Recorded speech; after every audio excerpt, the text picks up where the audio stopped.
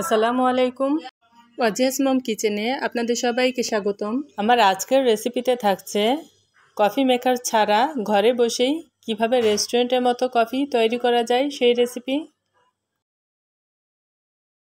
Liquid দুধ দিয়ে আজকে কফিটা বানাবো।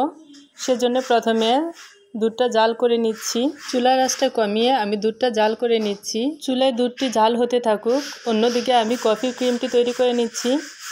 আমি যে কাপে কফি বানাবো সেই কাপে প্রথমে আমি 1 চা চামচ ভর্তি করে কফি নিয়ে নিচ্ছি। এখানে কিন্তু যে কোনো ব্র্যান্ডেরই কফি নেওয়া যাবে।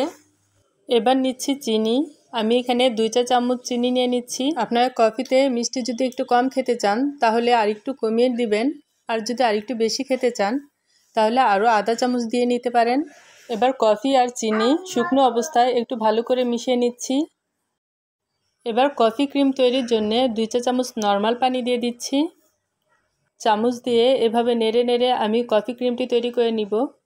তো আপনারা চাইলে হ্যান্ড উইক্স দিয়েও এই কাজটি করতে পারেন, আবার কাঁটা চামচ দিয়েও করতে পারেন। যেটি আপনাদের কাছে সহজ মনে হবে সেভাবেই করে নেবেন। আপনারা দেখতেই পাচ্ছেন কফির কালারটা কিন্তু চেঞ্জ হতে শুরু করেছে।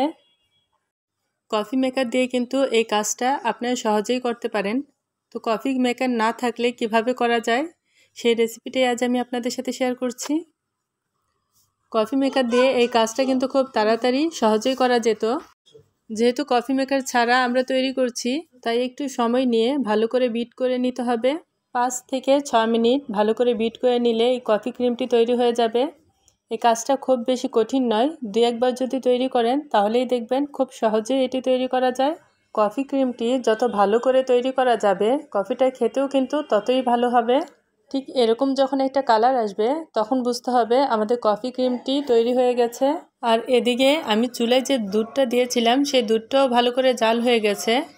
কফি তৈরি করার জন্য একটু ঘন দুধ হলে কফিটা খেতে বেশি ভালো হয়।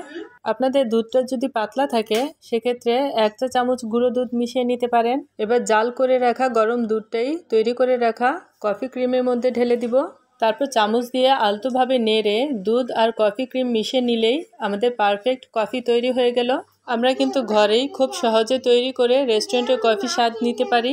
আমার আজকের কফির রেসিপিটা যদি ভালো লেগে থাকে তাহলে প্লিজ লাইক, কমেন্ট আর শেয়ার করতে ভুলবেন না। সবাই ভালো থাকবেন। আল্লাহ হাফেজ।